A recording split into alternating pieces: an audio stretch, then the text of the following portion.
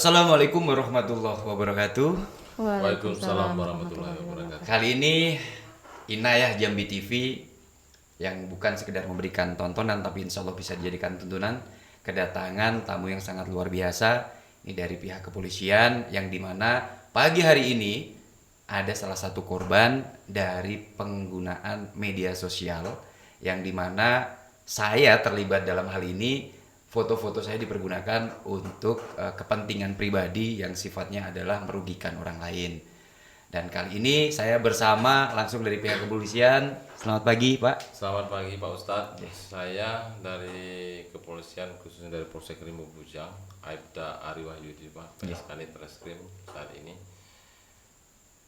Mungkin bisa akan menyampaikan apa yang bisa saya bahas tentang apa yang terjadi oleh masyarakat kita saat ini. Dan kita juga kedatangan bintang tamu yang dimana perjalanan saja beliau ke sini sangat jauh ya Mbak ya. Sangat jauh dan ini akan menjadi pembelajaran yang sangat penting bagi kita semua masyarakat Indonesia khususnya. Apalagi yang ada di luar negeri yang sering mengalami penipuan dengan berkedok atau menggunakan media sosial khususnya Facebook. Nah, bisa diceritakan Mbak kronologi awalnya itu seperti apa Mbak? Ya, awalnya tuh saya kenalan sama akun Facebook yang namanya Mas Imamuddin. Mas Imamuddin. Mas Imamuddin. Kemudian dia chat saya lewat Messenger. Beberapa kali chat, terus kemudian diminta nomor WA. Kemudian kita komunikasi lewat WA. Nggak terlalu intensif. Cuman dia kemudian WA saya bilang kalau ibunya sakit sekarang di rumah sakit. Kemudian dia hubungi keluarganya tidak bisa dan meminta saya untuk tolong menghubungi bagian kantornya HRD-nya untuk dimintai cuti. Karena melihat foto ibunya yang dikirimkan, saya coba bantu. Kemudian saya hubungi bagian HRD-nya untuk dimintakan cuti, kemudian bisa. Dan saya dimintai data-data bagian HRD-nya, KTP pada saat itu. Kemudian saya kirim. Kemudian dihubungi lagi, dibilang udah bisa cuti 30 hari, kemudian ditanya lagi untuk pencairan deposit gajinya. Terus saya konfirmasi lagi ke di sini Mas Imamuddinnya, mau nggak depositnya dicairkan? Dia bilang oke, katanya kalau bisa dicairkan aja. Di sini kata orang HRD-nya kan pencairannya tidak bisa ke yang bersangkutan, tapi bisanya ke keluarga ibu, istri, atau orang yang yang meminta cuti. Di sini saya. Jadi karena saya yang meminta cuti, saya dimintai nomor rekening oleh bagian HRD. Kemudian saya bilang kalau memang percaya saya coba bantu. Gitu. Udah diproses, dari HRD-nya menghubungi lagi bilang ini sudah bisa dicairkan depositnya ke rekening ibu, katanya gitu. Terus ini bilang lagi ngabarin kalau Pak Imad ini katanya karena proses cutinya untuk keperluan pribadi harus dengan biaya sendiri. Terus disuruh lagi buat sewa helikopter dari pulau biar bisa ke kantor untuk tanda tangan. Kemudian biaya transfernya itu dia minta kemarin 15.300.000. Saya bilang saya nggak punya dananya, saya konfirmasi lagi ke yang bersangkutan. Ya udah saya coba dulu ini pinjam sama atasan. Nggak beberapa lama dia kirim bukti transfer 8 juta. Untuk sisanya dia bilang atasan aku udah nggak bisa bantu lagi di sini karena rekening aku dibekukan. Karena rekening dia dibekukan, jadi dia nggak bisa buat akses transfer kan. Dia minta tolong saya buat transfer, diusahakan, dibantu. Terus saya bilang ya udah saya bantu coba transfer, tapi nggak bisa semuanya. Jadi saya transfer waktu itu 4 juta, 2 kali transfer. Kemudian yang sisanya lagi 3.300.000 itu HRD-nya inisiatif buat buat meminjamkan 3.300.000. Kemudian komunikasi katanya udah terbang, udah sampai di kantor. Terus udah ketemu juga sama HRD-nya. Kemudian waktu itu dikabarin lagi sama HRD-nya buat tanda tangan nih tanda tangan Ya. saya kan diminta untuk tanda tangan berkas. Tapi dia bilang ibu bisa nggak ke sini? Ya saya nggak bisa gitu kan, karena saya jauh dari sana kan. Terus dia bilang ya udah Bu, gini saya coba mediasikan katanya sama bagian-bagian terkait. Terus di akhirnya itu dia bilang tembak tanda tangan. Ya. Tembak tanda tangan ini singkatnya ada bagian-bagian yang meminta untuk biaya. Biayanya itu 24 juta. 24 4 juta. untuk tanda tangan. Ya, untuk tembak tanda tangan. Terus saya bilang ya nggak punya lah buat yang segitu, karena saya dituntut untuk membayar itu karena rekening saya sudah diajukan katanya ke bagian Singapura, dan ini nominalnya juga dolar katanya kan gitu. Ya saya bilang saya nggak punya uang segitu, saya nggak bisa. Terus saya ditekan terus saya komunikasikan lagi sama Pak Imamuddin ini. Bilangnya ya udah aku punyanya 10 juta nih sisa yang dari tadi kan. Ya. Terus dia transfer katanya udah aku kasihin sama bagian HRD-nya nih, di sini namanya Pak Yunus Wibowo. Ya. Terus katanya udah aku kasihin 10 juta. Terus bilangnya kurangnya berarti masih 14 juta lagi. Saya bilang ke bagian HRD-nya, kenapa nggak tunggu depositnya cair? Ya. Kan bisa tuh kan, karena uangnya udah nyata ada kan. Katanya nggak bisa Bu, harus diselesaikan dulu baru bisa Memang diproses lagi. untuk depositnya itu sendiri jumlah nominalnya berapa? Dia bilang 625 juta. 600. 25 juta. 75% dari gaji katanya. Oke, kita potong dulu Mbak sampai di sini. Jadi untuk semua sahabat-sahabat khususnya ada di Indonesia, saya juga pernah bekerja ya di pertambangan.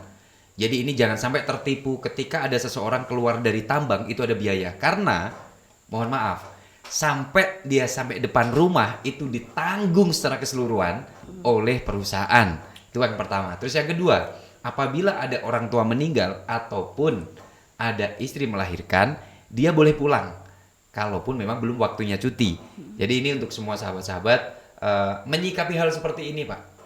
Dari pihak kepolisian ini kan sudah ada korban, satu korban yang dirugikan, yang kedua juga saya juga sebagai orang yang fotonya dipergunakan merasa bisa jadi nama saya buruk gitu kan, seperti itu Pak. Ini menyikapi masalah seperti ini tanggapannya harus seperti apa Pak kalau dari masyarakat? Melaporkan atau seperti apa? Terima kasih Pak Ustadz. Ya. Jadi saya dari pihak kepolisian lah kalau dikatakan seperti itu. Ya seperti yang dialami oleh rekan kita atau ibu siapa tadi namanya Pak? Ibu Aja ya yang datang di ruangan ini. Kalau untuk menyikapinya dari pihak kepolisian, masyarakat boleh melaporkan kejadian itu. Kalau berdasarkan analisa saya, apa yang saya tangkap dari cerita ibu ini, itu sudah boleh dinyatakan sah, itu tindak pidana. Tindak pidana. Tindak pidana itu Pak Ustadz. Karena dia sudah ada rangkaian kebohongan di situ, ada bujuk rayu, tipu muslihat, sehingga menggerak atau mendorong ibu ini supaya yakin dan percaya. Dan mereka ini boleh dikatakan bekerjanya tidak sendiri. Oh memang ada kayak komunitas. Komplotan. Komplotan. Nah, jadi boleh dinyatakan pelaku ini tidak sendiri dia bekerja untuk meyakinkan korban-korbannya. Nah, cara kerja pelaku ini kan sudah berapa kali juga untuk pihak kepolisian khususnya cyber Mabes Polri mengungkap terkait aksi-aksi penipuan dengan media sosial ataupun online. Itu memang boleh dikatakan cukup sulit karena posisi para pelaku ini boleh dikatakan cukup jauh. Bisa ada di Jawa, bisa ada di Kalimantan, ada bisa di Pulau Sumatera ataupun di Sulawesi. Kita pun untuk wilayah Polsek Rimau Bujang ini kan skopnya kecil Pak Ustadz. Memang kalau untuk wilayah kita Polsek Rimau Bujang ini boleh dikatakan berdasarkan pantauan kita, apa yang kita lihat dalam 1 tahun ini, memang untuk penipuan online ini sudah mulai banyak merebak. Masyarakat datang mengeluhkan dirinya ketipu oleh para pelaku melalui media sosial, melalui bujuk rayu via telepon, Iya. sehingga dia akhirnya mengirimkan sejumlah uangnya dan dia akhirnya tertipu.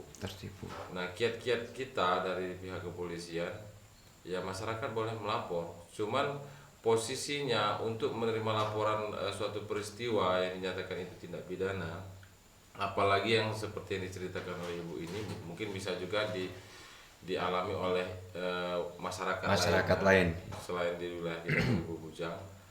Ini boleh kita analisa larinya ke Undang-Undang ITE. Sebagaimana diatur dalam Undang-Undang Nomor 19 Tahun 2016, perubahan dari Undang-Undang Nomor 11 Tahun 2008 tentang informasi dan transaksi elektronik. Kalau untuk awal boleh masyarakat datang ke kantor polisi terdekat dulu sementara waktu untuk percepatan. Yang namanya melapor itu kan ada namanya SOP. Polri dalam menerima aduan masyarakat itu ada namanya SOP sebagaimana diatur dalam Perkap Nomor 6 Tahun 2019 Manajemen Penyidikan. Di situ setiap laporan masyarakat tidak semua bisa langsung dituangkan dalam bentuk laporan polisi. Jadi namanya ada sentral pelayanan kepolisian, nanti akan menerima dulu masyarakat yang datang untuk mengadu. Nah, di situ nanti ada lagi namanya piket reskrim. Piket reskrim itu berfungsi sebagai konsultannya hukum di polsek. Tingkat polsek ini kita bilang. Belum lagi tingkat Polres, tingkat Polda ataupun tingkat Mabes. Nah, konsultan hukum ini dari fungsi reskrim akan ada namanya interview dulu. Ada tanya jawab dulu antara petugas pelayanan dengan masyarakat yang datang melapor. Nah, di situ akan ada namanya analisa hukum, analisa laporan. Apakah peristiwa yang dilaporkan itu masyarakat itu sudah ada delik hukum, minimal ada bukti permulaan lah yang dinyatakan itu peristiwanya tindak pidana atau tidak. Terus ada nggak istilahnya itu bukti-bukti pendukung yang dibawa oleh si korban atau pelapor untuk melaporkan suatu peristiwa. Karena kita pun pada prinsipnya akan membela hak-haknya korban. Karena korban sudah merasa dirugikan, jangan sampai nanti melapor karena kekurangan alat bukti dia malah menjadi ada serangan balik dari pelaku. Misalnya kayak pencemaran nama baik dan lain-lain. Gitu Pak Ustadz. Makanya pada prinsipnya kami dari pihak kepolisian cukup prihatin. Mungkin ada terkait istilahnya maraknya aksi penipuan menggunakan internet ini, media sosial. Mungkin kalau namanya penipuan internet mungkin dia sarana yang digunakan mungkin media sosialnya atau media teleponnya. Nah, antara dua itu. Kalau media sosial mungkin bisa jadi pakai blog, Instagram, Facebook. Kalau mbaknya di Facebook? Iya, mulainya dari Facebook. Kemudian baru ke WhatsApp. Kemudian baru berlanjut ke WhatsApp ya. Dari Facebook kenalnya waktu itu menggunakan cover atau foto orang lain di situ, sehingga Mbak menjadi yakin dan percaya baru berlanjut komunikasi ke WA ya. Ya, pertamanya komunikasi dulu ke Messenger kan, dari Messenger kemudian minta nomor WA, kemudian lanjut ke WA. Terus gini juga Pak Ustadz, jadi selama saya di Reskrim Polsek Ibu Bujang ini, jangankan mungkin saat ini momennya Pak Ustadz yang digunakan ya. Iya, betul. Pak Imanuddin, Pak Ustadz Imanuddin yang digunakan median oleh para pelaku untuk meyakinkan korbannya, untuk mencari korban-korban untuk bisa diidentifikasi. Kalau di Rimbo Bujang skala kecil aja, saya fungsi reskrim, saya punya juga media sosial Facebook. Facebook saya ini pernah di-cloning, digandakan oleh para pelaku. Kemudian ada pantauan dari teman-teman kita menyatakan benar nggak ini saya. Jadi saya sendiri aja sempat juga digunakan oleh para pelaku untuk menipu daya teman-teman yang ada di media sosial saya. Dan ada juga baru-baru ini untuk Ibu Bayangkari kita lah di Polsek. Nah, itu akun Facebooknya dihack. Kemudian digunakan oleh para pelaku untuk seperti promosi barang. Sehingga kalau orang yang teman-teman di media sosialnya si Ibu Bayangkari ini nggak sadar kalau akun Facebooknya dihack, pasti akan terbujuk dan yakin dulu karena dia menganggap bahwa orang yang di dalam foto atau gambar itu adalah orang yang dia kenal. Orang yang dia Tidak mungkin akan menipu gitu. Iya. Mungkin perlu juga edukasi ke masyarakat, mungkin sosialisasi juga ke masyarakat dari Kementerian Kominfo mungkin, ya, atau dari jajaran penegak hukum juga mungkin, Ya. aparatur pemerintah daerah setempat kepada masyarakat semua. Karena jangan sampai dengan adanya akses internet ini yang semua serba mudah, masyarakat malah tambah susah. malah tambah susah. Nah, dengan adanya tipu-tipu atau masyarakat yang tidak bertanggung jawab, yang mungkin boleh dikatakan ilmu pengetahuannya lebih digunakan untuk yang salah. Oke Mbak, ke pertanyaan yang berikutnya. Atas dasar apa sampai jenengan itu mau gitu loh, istilahnya mau mentransfer uang yang mohon maaf jumlahnya sampai berapa? 32 ya tadi. 32. Sampai 32 juta. Itu apakah ada rasa curiga atau memang jenengan sudah yakin betul kalau memang orang itu adalah, mohon maaf, mungkin Anda menganggapnya saya karena foto saya yang dipergunakan gitu. Secara komunikasi apakah memang Mbak yakin betul atau memang sudah ada curiga sebelumnya? Sebelum Mbak kesini? Pertama, kenapa yakin? Karena saya pernah video call, Ya. walaupun cuma sebentar, itu wajahnya memang yang sesuai dengan yang di media Facebook. Ya. Kemudian mungkin karena rasa kasihan juga karena melihat foto video yang dia kirim kalau ibunya memang sedang sekarat di rumah sakit. Ya. Jadi dan awalnya juga kan saya nggak nyangka kalau bakalan terus Iya. dimintai untuk membayar biaya karena kan Oke. awalnya cuma bilang minta tolong untuk izin cuti saja tapi Iya. tidak dibilang harus membayar dana-dana kan. Tapi Jadi- ada tekanan nggak di situ? Anda Iya. harus membayar. Iya, tekanannya bukan seperti apa, Pak. Karena saya terus ditelepon, terus di chat, terus dikirim-kirimin foto-foto orang tuanya. Oke. Terus juga saya pikir, oh ini mungkin insya Allah uangnya memang bakalan keluar nih. Karena yang dia kirim-kirimin itu kan terus ada buktinya. Sebelum akhirnya saya curiga itu pas yang di terakhir barangkali ya, pas mau transfer terakhir itu ada tiket pesawat. Ya. Nah, di situ tiket pesawat saya cross check ke Garudanya karena memang sudah berbeda perasaannya. Saya cek ke Garuda, bagian maskapai Garuda bilang tidak ada penerbangan untuk jam itu, untuk atas nama itu. Terus saya konfirmasi lagi ke orangnya, saya minta kode bookingnya, terus nggak dikasih sama sekali. Oke. Jadi di situ saya nggak kasih yang dia minta awalnya itu cuma 10 juta kan dia minta 10 juta. Terus akhirnya dia bilang ya udah karena tiketnya sudah hangus, ibu bayar yang pinjam uang saya buat yang sewa helikopter aja gitu. Saya lagi yang ditekan untuk bayar itu harus bayar Bu. Kalau enggak uangnya nggak bakalan cair nih, ditunda katanya karena saat itu perusahaannya mau ada audit. Jadi dia takut kalau nantinya kantornya malah ngeblok pencairan katanya seperti itu. Jadi di sini ya saya dengan harapan uang saya bisa kembali. Ya. Jadi untuk terakhir saya transfer yang 3 juta. Berharap dengan Anda melengkapi persyaratan tersebut uangnya akan saya dikembalikan. berharap, iya, uang itu memang ada dan uang saya bisa kembali. Saya juga bisa bantu dia kan seperti itu Mas Ibu pikirnya. Iya. Dan itu masuk uang itu memang mau ditransfer ke rekeningnya jenengan ya? Iya. Dan itu ada dia kasih bukti kayak bukti transfer dari BI gitu. Kalau memang benar mereka udah transfer ke saya tapi karena ada proses clearing karena uangnya besar harus ada jeda waktunya gitu. 1 hari waktu itu dia bilang besoknya uang udah cair Bu katanya ke rekening ibu katanya gitu.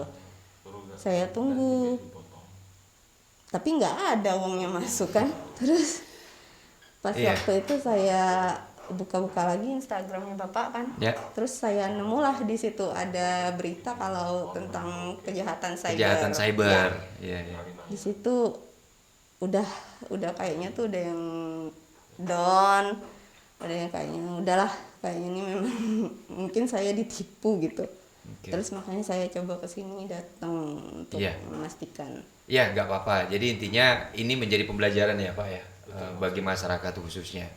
Ini kalau dari pihak kepolisian untuk semua masyarakat atau pengguna media sosial, bagaimana sih kita bisa melihat atau bisa paham apabila ini akun palsu atau akun asli seperti itu, Pak? Itu seperti apa kita bisa mengenali? Baik. Baik Pak Ustadz ya. Pada prinsipnya saya pribadi atau dari fungsi Reskrim dalam penggunaan media sosial terkait adanya aktivitas akun-akun yang dinyatakan itu adalah akun bodong, Ya. gitu, yang bisa digunakan oleh para pelaku untuk meyakinkan, kita bisa buka dulu akun itu Ya. secara apa simple sederhananya. Kita buka akun itu, kita lihat postingan-postingan yang ada di dalam akun itu. Kalau misalnya akun-akun yang di dalam postingan itu sifatnya seperti kayak menawarkan jasa barang, menawarkan sesuatu, kebanyakan seperti itu yang saya lihat, itu boleh saya pastikan 100% itu akun penipuan. Apalagi dia menggunakan misalnya foto cover profilnya itu Pak Ustadz mungkin Ya. sudah itu dari pihak instansi tertentu seperti TNI Polri Ya. yang banyak digunakan saat ini. Terus face yang diambilnya pasti nih ganteng nih seperti Pak Ustadz. Udah pasti, karena untuk menarik audien atau orang yang melihat pengguna media itu kan perlu penampilan yang menarik Pak Ustadz. Oke. Pasti kalau polisi ganteng nih, Pak Ustadz ganteng nih, Ya. TNI ganteng, udah pasti itu. Nah, sudah itu akun yang di dalam itu pasti aktivitasnya enggak seperti aktivitas kehidupan masyarakat normal. Dia pasti banyak berbau membujuk dan merayu dengan bentuk barang-barang atau produk-produk lainnya. Nah, itu salah satu sisi simpel kita untuk masyarakat awam menilai, jangan mudah langsung percaya kan itu intinya. Bisa juga dengan mungkin berkomunikasi kontak dengan rekan teman yang ada di Facebook itu sendiri. Oke. Wah, kita tanyakan dulu secara sederhananya, benar nggak ini Facebook si Anu? Ya. Itu saya pengen tahu karena ada komunikasi seperti ini yang akan mengarah saya menerima mengirim sejumlah uang. Dan untuk ketiganya, boleh sebelum namanya bertransaksi uang terkait adanya kita pertama kan nggak kenal nih dengan orang jauh menggunakan media sosial. Kita pelayanan kepolisian akan menerima dengan senang hati masyarakat untuk bertanya terlebih dahulu. Iya, ke kantor polisi atau melalui telepon yang kepada rekanan anggota yang mungkin yang dia kenal untuk bertanya dulu sebelum dia melakukan aktivitas transaksi keuangan karena ada dampak bujuk rayu tadi di media sosial. Atau bisa juga untuk memutus mata rantainya media sosial atau akun atau transaksi keuangannya itu dengan melaporkan langsung ke website cybercrime@polri.go.id. Nah, di situ nanti kita klik itu website itu, nanti ada tuntunan di situ bagaimana cara melapor. Cukup kalau untuk korban-korban penipuan secara online seperti Mbak ini kan pertama dia kenal media sosial nih. Iya. Kita screenshot, kita catat ini akunnya itu apa. Sudah itu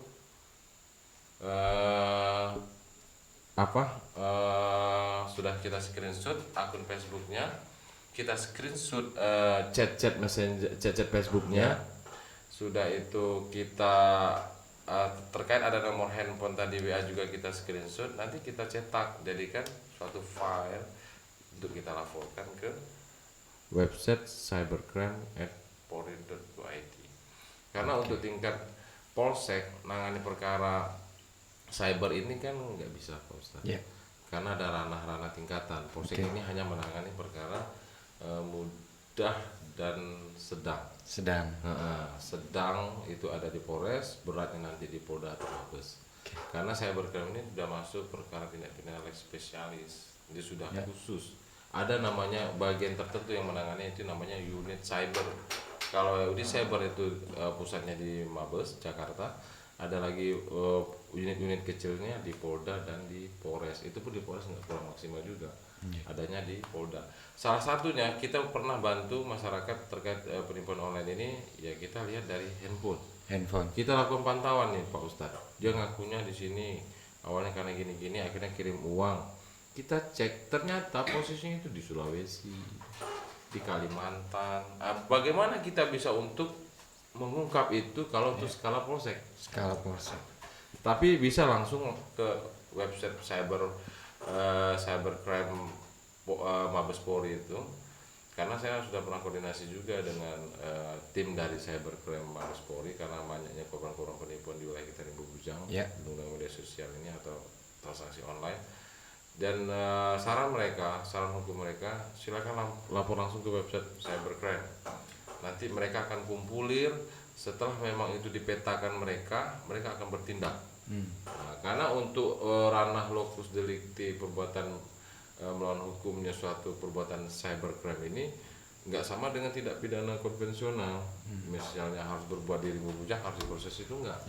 Walaupun dia di Sabang Merauke, walaupun dia di luar negeri, dia akan, kalau memang perbuatan itu korbannya ada di Indonesia, dia akan diproses bisa di mana aja. Apa dipegang Mabes Polri atau dilimpahkan ke Polda terdekat.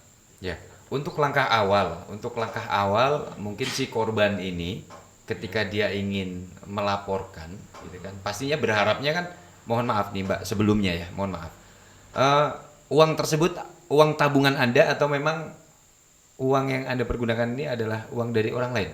Enggak, ini uang orang tua. Uang orang tua. Dan secara bagaimana Anda meminjam ke orang tua? Secara diam-diam atau memang Diam-diam ngambil perhiasan. Ngambil perhiasan secara diam-diam. Orang tua belum tahu. Belum tahu. Masya Allah. Oke. Saya boleh juga saya menggali nih Pak Ustadz. Iya, boleh. Saya menarik ini. Biar tahu juga ini masyarakat atau audien kita tadi, seperti konteks saya bilang tadi. Rata-rata korban penipuan ini kaum Hawa. Rata-rata ini Pak Ustadz. Kenapa saya bilang kaum Hawa? Karena kaum Hawa ini kan boleh dikatakan dia berpikir itu dengan perasaan. Kalau laki-laki kan dengan logika toh. Dan banyak juga TKI di luar tuh kan kaum perempuan yang banyak ketipu. Nah, Mbak ini mungkin salah satu contohnya. Boleh jujur ini Mbak, apa yang membuat sampai itu tertarik untuk mau berkomunikasi dengan akun Facebooknya Ustadz itu waktu itu? Karena melihat profilnya kan baik. Nah, kayaknya nggak menduga pastinya kalau pasti bakalan menipu kan. Terus juga saya tuh sempat memang melihat Instagramnya dan sama kan orangnya. Terus saya juga sudah pernah video call seperti yang saya bilang tadi, walaupun cuma sebentar, dan itu memang wajahnya Pak Ustadz gitu. Itu rentetan keyakinan. Iya. Yang awalnya membuat sampai mau tertarik itu apanya dulu? Profilnya aja. Profilnya apa? Kan, apa jelek, apa cakep? Jujur ini, sampean kan Hawa nih. Hawa kan? Iya, Hawa coba. Kita kaum laki-laki ya Pak ya? Iya Pak. Iya. Mbak kan kaum Hawa nih. Pak Ustadz nih kan kasarnya sama saya kaum laki-laki nih. Kalau kita menggunakan media, jujur nih saya pribadi laki-laki. Kalau saya buka akun media Facebook misalnya, yang pertama yang saya lihat itu mata, itu pasti melihat penampilan toh.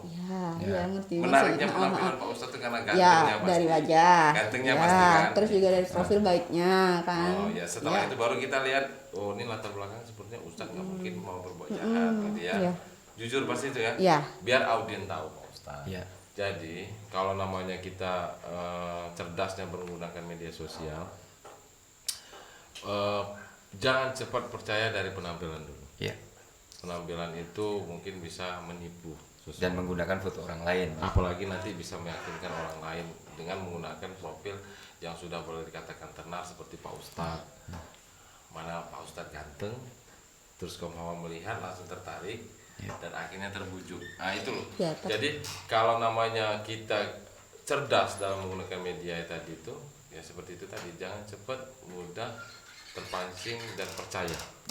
Harus kita uji dulu kebenarannya. Itu kiat-kiat saya. Maaf Pak, tapi saya potong. Tapi kalau memang dari foto, anggaplah pasti. Mungkin kebanyakan orang akan berpikir, oh menipu. Tapi kalau saya, mungkin karena kurangnya pengetahuan, masih bodohnya kan. Saya tuh nggak tahu kalau misalkan video call itu juga bisa dibuat-buat. Itu yang saya baru tahu barusan dari Pak Ustadz kan. Sebelum podcast ini dia kasih tahu kalau sebenarnya video call juga bisa dipalsukan. Nah itu yang mungkin orang nggak akan menduga kayaknya kalau misalkan video call itu bisa dipalsukan. Kan kita kan kalau udah melihat video call, oh berarti wajah orang aslinya kan gitu. Jadi tadi kita sempat ini juga Pak, kita lihat di YouTube, bahkan itu dari kepolisian memang yang menyampaikan bagaimana cara video call seperti itu. Jadi seperti ini mungkin yang ada di layar. Itu mereka bisa save. Habis itu dia menggunakan 2 handphone. Nah, jadi tadi penjelasannya seperti itu. Oh, gitu ya. Biasanya pakai 2 handphone di belakang. Jadi seakan-akan memang dia lagi ngobrol. Tapi sebentar waktu itu Mbak Iya. yang dilakukan. Nggak Habis bisa itu hilang. lama, ya. Nah, makanya tadi dari pihak kepolisian yang tadi di YouTube, coba apabila ada penipuan seperti ini, jadi teman-teman bisa minta kepada sang pelaku coba megang nyubit pipi ataupun megang dagu. Karena itu tidak akan pernah bisa terjadi. Sebenarnya caranya tadi seperti itu yang disampaikan. Mungkin ini juga ilmu dan sesuatu yang bermanfaat bagi kita semua.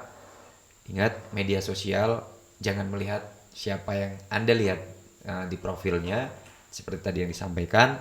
Dan yang berikutnya, kalau orang baru kenal ujuk-ujuk minta tolong uang, Harus why? waspada dan tanda-tandanya. Kenapa? Gitu. Bahkan nggak baru kenal tiba-tiba chat duluan. Yang pertama, ketika seorang laki-laki tiba-tiba datang ngechat kepada orang yang tidak dikenal, ya itu mungkin kita harus lebih waspada. Mungkin seperti itu ya, Pak. Iya betul. Ya. Jadi betul kata Pak Ustadz terkait kalau kita video call, Ya. ternyata dia bisa menggunakan foto orang lain atau Ya. gambar orang lain, betul itu. Jadi kita pernah ungkap juga kasus yang dulu merebak, mungkin Pak Ustadz pernah dengar namanya Polsek. Ya. Ibu pernah dengar kata kasus-kasus di media sosial, mungkin di berita, mungkin ada pejabat ini atau orang ini kena penipuan ponsek itu. Jadi memang cara kerjanya dia menggunakan visual orang lain. Okay. Kemudian makanya si para pelaku ini mengajak korbannya ini untuk video call. Kalau beda nih ponsek kan dia larinya kan ke birahi, Ya. ke aroma seksualnya. Jadi setelah itu diajarnya video seks, pertama aroma ruangannya gelap, habis itu dibuatnya samar-samar, udah itu digandeng seperti ini. Ya. Gitu. Habis itu dia ngerekam, ini direkam. Ada namanya aplikasi rekam video kan ada itu. Ya. Jadi setelah itu si korban tidak akan sadar kalau dia itu sedang dikerjain gitu. Dia hanya cukup menggandeng handphone seperti ini aja. Sedangkan si korbannya terus melakukan apa yang diinginkan oleh si pelaku supaya nanti bisa diumbar privasinya. Jadi baru itu untuk diancam. pengancaman akhirnya minta sesuatu kepada korbannya. Jadi mungkin bisa di zoom kamera sebelah sini. Ini bukti-bukti transfernya beliau tadi boleh, dikirimkan. Mas kameramen bisa di zoom? Ya, bisa di zoom. Jadi dia itu memang menggunakan sampai ini tadi terakhir ya. Menggunakan ini foto-foto. Dan kebetulan memang foto ini adalah foto saya, tapi saya ada di samping, tapi saya di crop, Pak. Ini saya ada di samping sini harusnya. Harusnya ya. Harusnya, tapi dia di crop memang fotonya. Dan foto aslinya ini ada di saya. Bahkan setiap saya seminar, foto ini adalah foto terakhir saya yang saya gunakan untuk acara seminar. Itu foto siapa aja itu, Pak? Ini foto teman-teman kerja di tambang. Oh, ditambah. Iya, kita kerjanya di Bintuni, Teluk Bintuni. Nah, ini memang pekerja tambang semua. Dan mereka, kalau ini saya lihat yang diambil oleh beliau itu adalah dari Instagram. Foto. Nah, dari foto-foto Instagram dan nomor teleponnya pun, nah kayak ini, Pak. Ini kan menggunakan ID. ID dari LNG. Ini ya buat teman-teman ya ID yang lihat card-nya ya. ID card. Tapi harusnya ya kita paham nama Hedi Yunus ini kalau di ID card yang asli penulisan ID card tidak seperti ini. Kalau dia paham masalah. Iya, karena penulisan ID card-nya ini sudah pasti tidak seperti ini. Ini contohnya. Di situ ditulisnya seperti ini. Yunus Yubowo ya. Iya. Dan kalau memang ini ID asli tidak sebesar ini tulisannya karena memang saya terakhir ya memang kerja di sana. Gitu. Jadi kayaknya memang dipantau. Terus disampaikan orang tua saya meninggal. Nah, ibu saya masih sehat. Itu satu. Kurang ajarnya pelaku. Ya, kurang ajarnya pelaku nih. Saya juga sebenarnya ya gimana ya, tapi memang ini menjadi pembelajaran. Mudah-mudahan orang tua pelaku itu yang meninggal nanti, Pak. Ya nggak boleh. Iya, mudah-mudahan supaya dia insaf pikir kita ya. Ya, intinya kalau misalnya dia menyatakan orang tua Pak Ustadz yang masih hidup dibilang meninggal. Terus disampaikan juga bahwasannya cerai ya. Cerai. Mungkin ini salah satu cara agar ada empati dari korban. Jadi dibilangnya cerai terus mempunyai anak berapa, Pak? 2. Anak 2 ya. Jadi kalau secara jumlah betul, tapi betul kalau maksudnya. ya tapi kalau cerai enggak gitu. Terus habis itu orang tua yang disampaikan meninggal tadi dan foto yang dikirim itu memang bukan foto orang tua saya. Orang lain. Ya, dan rumah sakitnya pun mungkin kalau bisa dicek di Banyuwangi sekalipun kayaknya nggak ada rumah sakit sebagus itu. Gitu. Jadi rumah sakitnya itu kayaknya di luar negeri, kalau nggak memang rumah sakit mewah. Terus yang kedua, yang dipakai fotonya itu orang Cina. Mohon maaf. Ibunya itu kalau dicermati coba dibuka, dia itu dari face mukanya saja mungkin sangat jauh dengan saya. Mungkin seperti itu. Coba bisa dicek. Ini mungkin karena ketidaktahuan. Terus yang kedua, yang tadi mungkin karena ada sedikit hal yang membuat beliau si korban percaya, akhirnya terus digali seperti itu. Ya, kalau orang tua saya masih ada, alhamdulillah, masih sehat. Masih saya. Ya, masih sehat. Ya mungkin ini bisa menjadi lantaran doa lah. Ketika orang tua saya dibilang meninggal, mudah-mudahan Allah memberikan umur yang panjang. Amin. Ya, seperti itu. Ya. Tuh. Mungkin Mbak ada yang mau disampaikan? Siapa tahu nih, kalau pelaku pasti nonton. Karena Nonton, apa? udah pasti. Karena apa? Pelaku itu selalu mengambil video saya yang terbaru. Nah, tadi yang Mbak tunjukin ke saya, itu adalah video-video terbaru yang dimana baru saya upload. Jadi saya upload di media sosial saya, di copy Pak, di download, habis itu di share ulang seperti itu kayaknya. Jadi- Apa yang mau disampaikan Mbak? Kalau yang mau disampaikan ya mudah-mudahan tobat. Ya. Terus juga buat kepada pihak yang terkait, saya minta mungkin segera diusut. Ya. Mudah-mudahan bisa ditangkap karena kalau dari informasinya Pak Ustadz bukan cuma saya tapi sudah terlalu banyak. Banyak. Jumlahnya pun banyak. Dan kayaknya kalau buat cewek nih, perempuan terutama jangan terlalu menggunakan perasaan, kasihan terutama. Dan satu lagi, nggak boleh terlalu percaya lagi juga dengan video call kayaknya sekarang. Iya. Karena video call juga ternyata sudah bisa ditipu-tipu sekarang berarti. Iya. Oke. Itu aja. Mungkin kalau dari pihak kepolisian seperti apa Pak? Pesan buat ini terakhir, pesan buat masyarakat dan mungkin penggunanya lah, pengguna media sosial. Ya, kalau buat saya khususnya untuk pelaku dulu ya Pak Ustadz. Ya. Ya, saya berharap pelaku ini sudahilah aktivitas perbuatannya, karena boleh dikatakan dia boleh mendapatkan keuntungan yang cepat dalam Ya. jumlah yang banyak, tetapi si korbannya ini kan apa nggak mikir dia. Iya. Mungkin korban ini uang orang lain, Iya. uang keluarganya, ataupun uang usahanya satu-satunya, Iya. yang sedangkan itu adalah kehidupannya boleh dikatakan banyak menengah ke bawah Pak Ustadz. Kalau menengah ke atas kurang saya rasa ketipu, Iya. karena akses pemikiran kan sudah boleh dikatakan tinggi, ilmu pengetahuan juga lumayan bagus kan kalau Ya. untuk orang yang menengah ke atas. Banyak menengah ke bawah yang menjadi korban. Oke. Nah, untuk kiat saya buat masyarakat ya boleh dikatakan cerdaslah dalam menggunakan media sosial. Terus jangan mudah cepat percaya, harus lebih memikirkan logikanya daripada perasaan kaum perempuan tadi. Oke. Kalaupun sudah menjadi korban, ya kita pada prinsipnya akan berupaya sepenuhnya untuk bisa mengungkap dan menghentikan aktivitas penipuan menggunakan media internet ini. Ya. Kita bilang kan, ya khususnya Mbak ya kalau bisa ya segera melapor lengkapi Ya. buktinya, supaya nanti unit cyber pun akan mendata aktivitas-aktivitas penipuan secara online ini yang menggerakkan orang lain ini. Memang kalau dalam prosesnya itu memang sedikit rumit dan panjang, karena rata-rata pelaku ini bukan orang bodoh, pelaku ini orang cerdas. Kenapa saya bilang cerdas? Karena media sosial internet itu bisa dia menghack segala macam, itu kan ilmu pengetahuan. Dia sudah ada pendidikan di situ. Sudah itu dia bekerja tidak satu orang. Kami pernah menelusuri aksi penipuan kayak gini Pak Ustadz.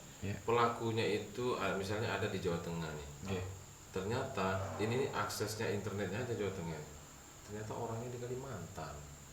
Bisa ya seperti bisa itu. gitu Pak Ustadz. Jadi pengendalinya di Jawa Tengah, pengendalinya di Kalimantan, aksesnya itu di Jawa Tengah, Jawa Tengah. gitu. Nah, jadi memang harus unit-unit kepolisian yang lebih lengkap lagi lah untuk Lebih canggih lebih lagi. canggih lagi karena dia terkait teknologi di situ. Iya. Itu aja saran atau kiat saya, Pak Ustadz. Oke, mungkin obrolan yang singkat ini bisa menjadi sesuatu yang bukan sekedar tontonan tapi bisa dijadikan anutan ya, tuntunan. Jadi semua masyarakat khususnya baik dari yang lapisan menengah ke bawah maupun ke atas, intinya jangan pernah percaya dengan media sosial yang dimana ketika Anda baru mengenal sudah dimintain pertolongan dan mungkin ya dimintain sesuatu, apalagi tadi yang sebutkan sampai video call dan lain-lain. Karena ini bisa jadi adalah ciri-ciri akun-akun palsu. Ini buat pelaku yang pertama, saya sebenarnya ini sudah lama Pak. Kasus ini sudah lama, banyak yang menghubungi saya melalui Instagram, banyak juga yang belum sempat tertipu tapi sudah mengkonfirmasi dulu. Makanya saya sampaikan bukan akun saya, ada juga yang sudah tertipu dari teman-teman TKW TKI ya. Intinya saya Imaduddin tidak pernah ya meminta sesuatu kepada siapapun di media sosial. Mohon maaf. Tidak pernah. Terus yang kedua, memang saya bekerja tapi untuk saat ini saya sudah tidak bekerja. Jadi kalau ada penipu lagi yang menggunakan foto-foto saya menggunakan seragam, saya memang tahun 2017 akhir 18 19 saya masih di sana. Saya keluar itu di tahun 2021 ya, 2021 saya keluar, terus habis itu saya memang aktif di dakwah. Saya dakwah keliling Indonesia. Saat ini kebetulan saya ada di Sumatera. Baru kurang lebih 1 bulan lah. Nah, nanti saya sebentar lagi ada di Jawa Tengah. Dan memang saya keliling pondok pesantren untuk pengembangan bisnis dan membagikan ilmu yang saya miliki agar adik-adik santri ini bisa lebih maju secara pemikiran, tebal keimanan, bahagia dunia dan akhirat. Amin. Seperti itu. Oke, Inayah Jambi TV bukan sekedar tontonan tapi insya Allah bisa dijadikan tuntunan. Dan saya Imaduddin. Dan saya Aibda Ari Wahyudi. Dan salah satunya korban daripada hal yang di media sosial. Kita tutup perjumpaan kita. Jangan lupa di follow, subscribe dan komen insya Allah. Dan tolong share sebanyak-banyaknya agar tidak ada lagi korban-korban berikutnya. Wabillahi taufik walhidayah. Wassalamualaikum warahmatullahi wabarakatuh.